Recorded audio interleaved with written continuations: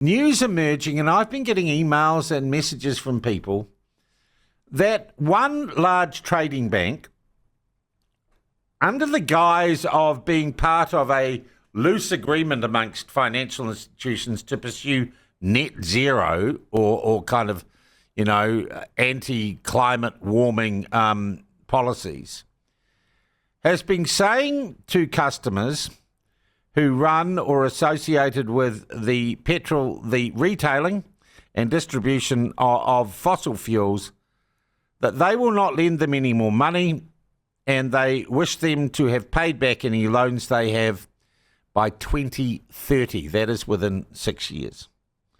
This being because this bank, the Bank of New Zealand, a subsidiary of the NIB in Australia, which has recently been at the centre of claims of, criminal activity, basically, in banking. BNZ has apparently been doing this. I wasn't sure if it was anything more than an urban myth. But during the course of the show yesterday, I think it was, we get a message from our next guest. And it's Leanne, I think, or Leaine Pilgrim from Matakana. And Leanne joins us now. Leanne, how are you? Thanks for coming on this morning. Good morning, Sean. You're welcome. How are you? I'm real good, thank you. Look, tell us about your connection with fossil fuel retailing. Okay, so my family have owned a petrol station in Matakana for 41 years, and I manage that petrol station for them. Yep. We have a landlord who banks with the BNZ. Yep. And he came to us a few months ago now and just loosely told us that the BNZ, he had gone to use the petrol station as collateral, I believe.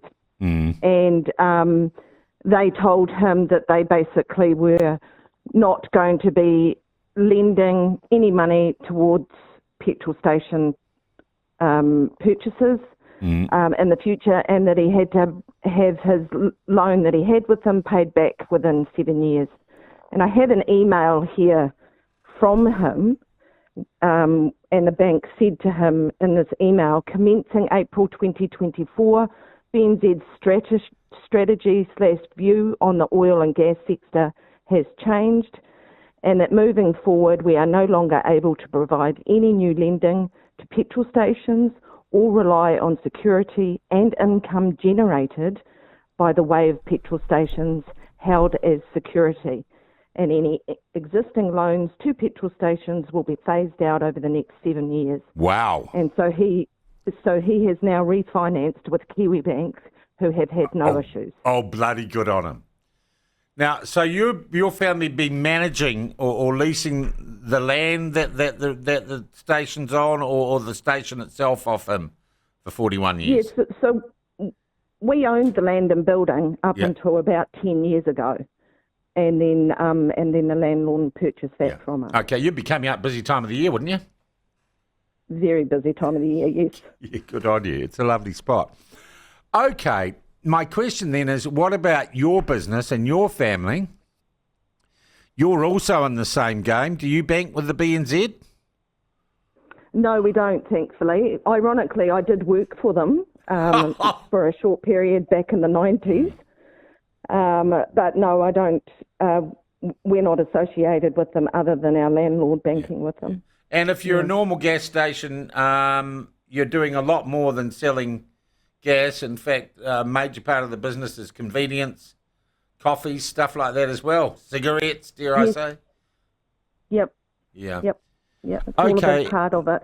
We also, because we're an independently owned petrol station, we belong to... You're a gull, aren't you? Yes, we're a gull. Yeah, we belong to a company called Red Circle Management, and it was a company set up in the 90s for independent petrol stations. So they're effectively a buying group for us.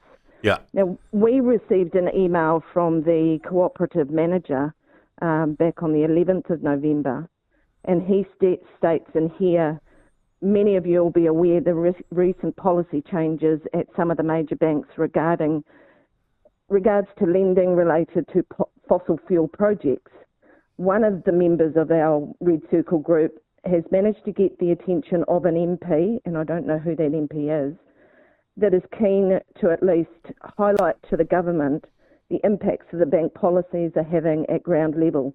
These policies impact fuel and LPG businesses all over New Zealand, and it will have a negative impact on the consumer. Yeah, well, it's cancellation. It's commercial cancellation.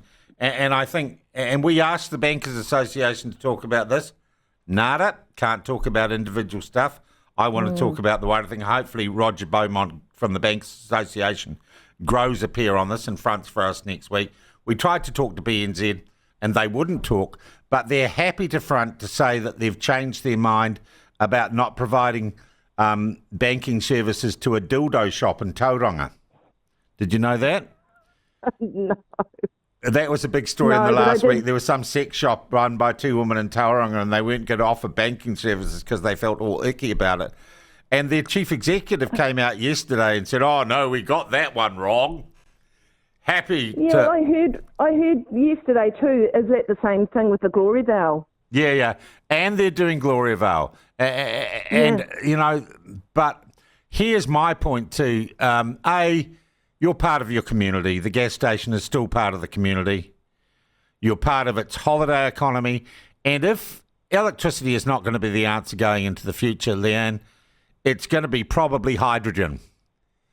And the infrastructure and the distribution method that you are part of can be adapted to that. Yes. Yeah, so, currently the infrastructure is not there for hydrogen. Yeah. So, and they reckon it's going to take about 10 to 20 years to build that infrastructure. So electric is sort of the stepping stone between sort of fossil fuels and hydrogen. In my point of view. And why should you and your family be, pushed into poverty so some lanyard-wearing middle manager at BNZ can put a tick in their box at the next, diversity climate conference they have? Yes, exactly. And where does it end? One of our staff commented yesterday, well, I work for a petrol station and I have an account at the BNZ. I put my wages into there. Oh, because they say, we can't support that. Good point. Really good point. So where does it stop? Yeah. Look, I thank you so much for contacting me yesterday. And it is stories like yours, Leanne, right at the very coalface of an issue like that people need to hear, because you're where the rubber hits the road, aren't you? Road, yeah. Yes, exactly. I might be up in Matakana. I will stick my head in over the holidays. I'll stick my head in and say hi if I am. Oh, that'll be wonderful. It'd be great to see you, Sean. All right. Thank you so much for telling you and sharing your story with us this morning. Yeah, thank you to the platform too for what you do. I think it's very valuable and important work. And Merry Christmas to you all. Merry Christmas. Leaine Pilgrim from the Matakana Gull Service Station. Isn't that interesting? BNZ, we will keep chasing. Because at the moment they're playing corporate BS.